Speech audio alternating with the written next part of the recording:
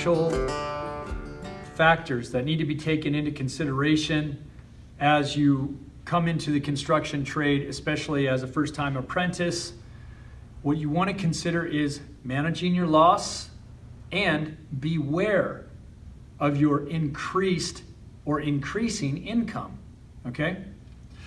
When I say manage your loss, I don't mean just simply save your money.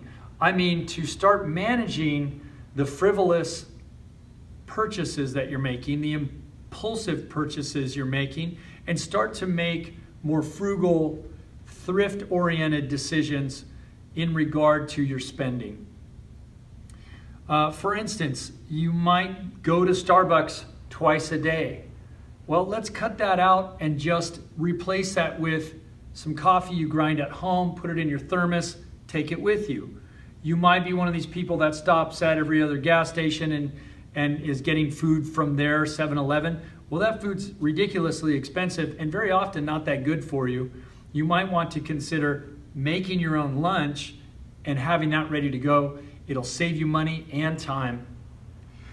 Another thing that you can do is consider a different route or look at various routes to get to the job site on a given day, and take the time to figure out your route so that you're not driving too far and wasting money on unnecessary gas.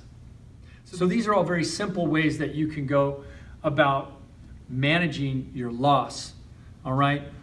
Anybody that I have ever met who has had any degree of wealth, they will always tell me the same thing, that they have learned, and maybe not in so many words, but they have learned how to manage their loss. And it's about them employing personal discipline. And many of them will talk to me about a game that they will play in order to psychologically train themselves to deal with their daily life and their routine in such a manner that it keeps their mind occupied, it keeps them satisfied, and keeps them from spending money frivolously or unnecessarily. So that's the first one. Manage your loss, or it makes it very hard to have a good positive foundation to start to make money and keep it, okay? And then number two, beware of your increased income. Many apprentices come to the program for the first time and they may be 17, 18, 19. They don't have a lot of financial experience. They haven't been out in the world on their own very long now. They haven't been paying their own rent, paying their own insurance. And all of a sudden, they make this massive jump from maybe making $15,000 to $20,000 maybe at their burger job or their shoe salesman job or their dollar store job that they were at. And then they come here to the school and now they're making really good money. And all of a sudden, they're making $30,000, $40,000, $50,000 a year, $60,000 a year and higher. And that happens very easily, especially in the first 3 to 5 years when you get out into those trades on these public works jobs. You really start to increase your income.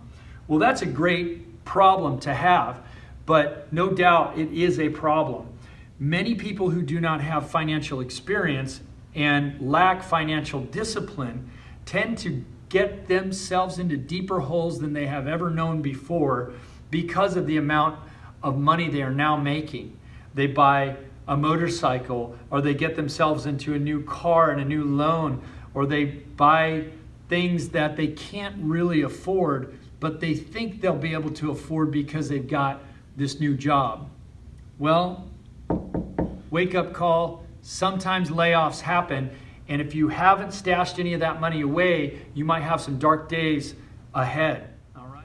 So those are two very real factors that I see happening with apprentices across the board.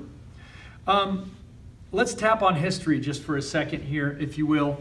In 1921, Warren G. Harding became the President of the United States.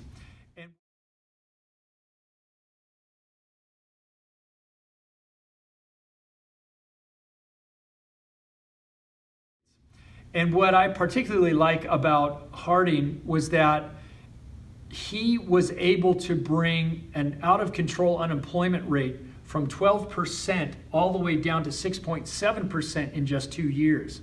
So in 1921, he had inherited an off-the-rails unemployment situation in the United States that started at 4% in 1920, and then by the time Warren Harding was elected in 1921, it had gone out of control to 12%.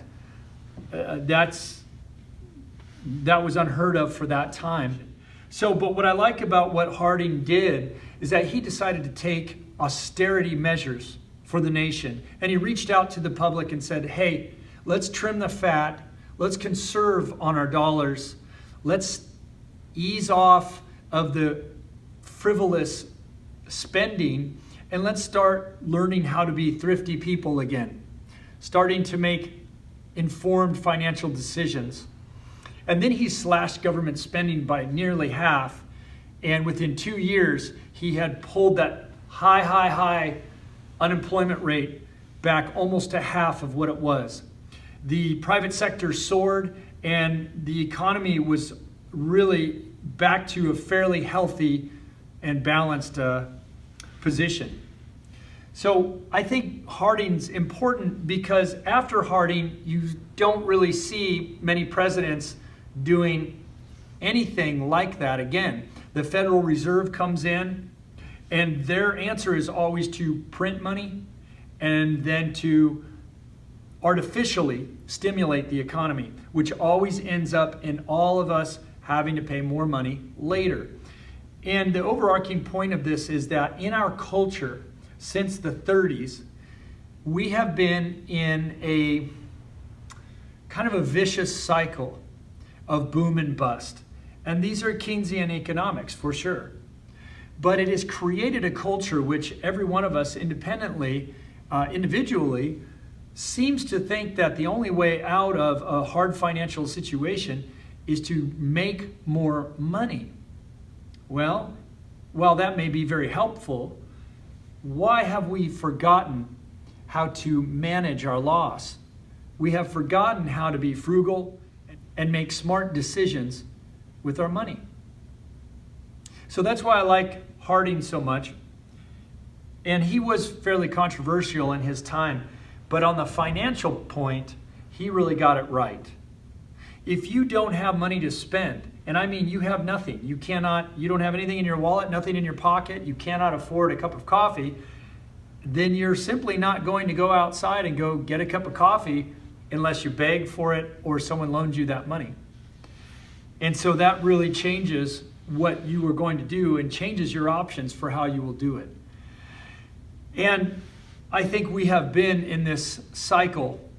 I've seen many generations of people come through the school, and the overwhelming popular way to get out of debt is to make more money, they think, but they never seem to get a cap on their frivolous spending, their impulse spending, and so it just snowballs.